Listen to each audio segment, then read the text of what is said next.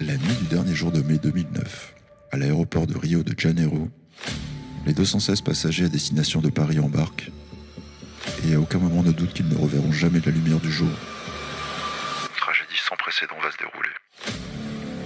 Ils vont se retrouver prisonniers de leur siège pendant 2 longues années, avant d'être retrouvés sans vie à 4000 mètres de fond.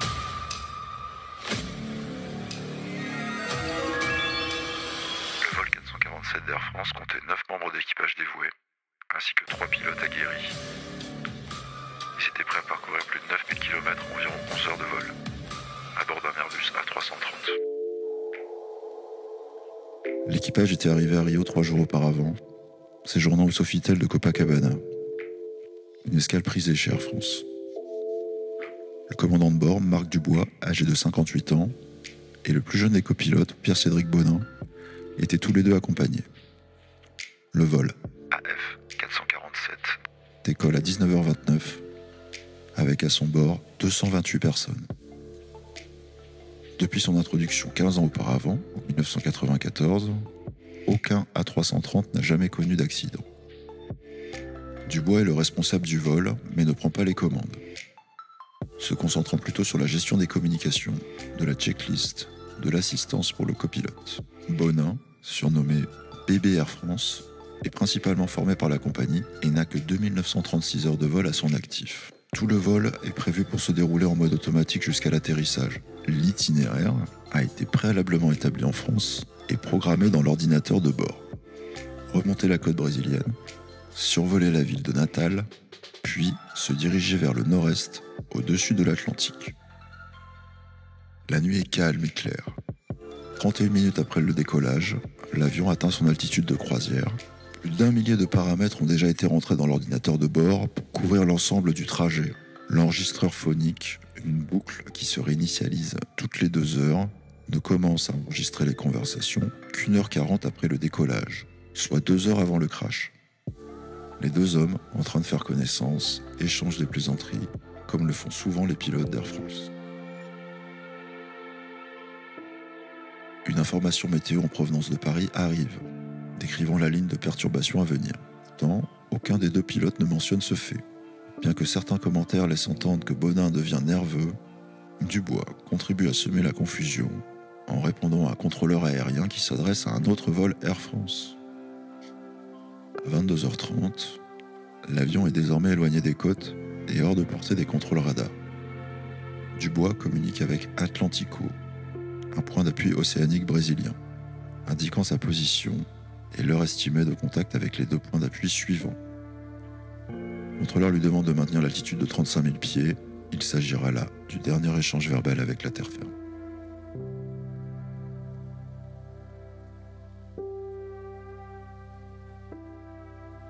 Bonin souhaite traverser la zone de convergence intertropicale à une altitude plus élevée afin de rester dans une zone d'air calme, éventuellement au-dessus des nuages. À ses yeux, la zone de convergence ne semble pas présenter de danger majeur. Bien qu'il y ait des turbulences, il estime qu'ils pourront naviguer entre les gros orages. À l'extérieur, tout est plongé dans l'obscurité. Bonin repère le premier orage sur le radar à environ 320 km. Alors que l'avion approche lentement des orages, il n'y a aucune secousse et la nuit reste calme. Malgré les orages signalés sur le radar, il n'y a aucun éclair visible à l'horizon et les turbulences restent légères, ne nécessitant pas de déviation de la trajectoire prévue pour l'instant. Le gros de l'orage est encore à venir et le jeune copilote est anxieux. Cependant, Dubois décide d'aller dormir. L'expert français chargé de l'enquête expliquera plus tard que Si le commandant de bord était resté à son poste dans la zone de convergence intertropicale, cela n'aurait retardé sa sieste que d'1 quart d'heure. Et compte tenu de son expérience, l'issue aurait peut-être été différente. Je pense pas qu'il ait quitté son poste en raison de la fatigue. C'est plutôt une habitude. C'est partie intégrante de la culture de pilotage d'Air France.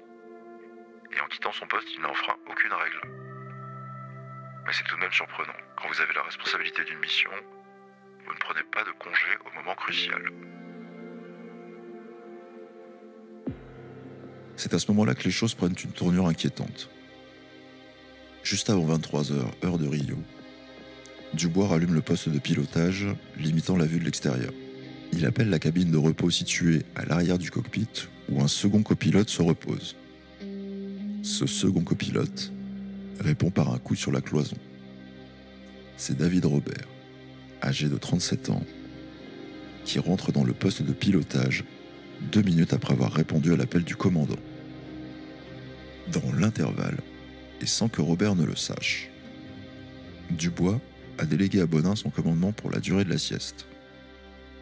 Il le lui apprend de manière indirecte en lui posant des questions sur qui va piloter l'avion et en désignant apparemment le siège de gauche, celui du pilote non aux commandes.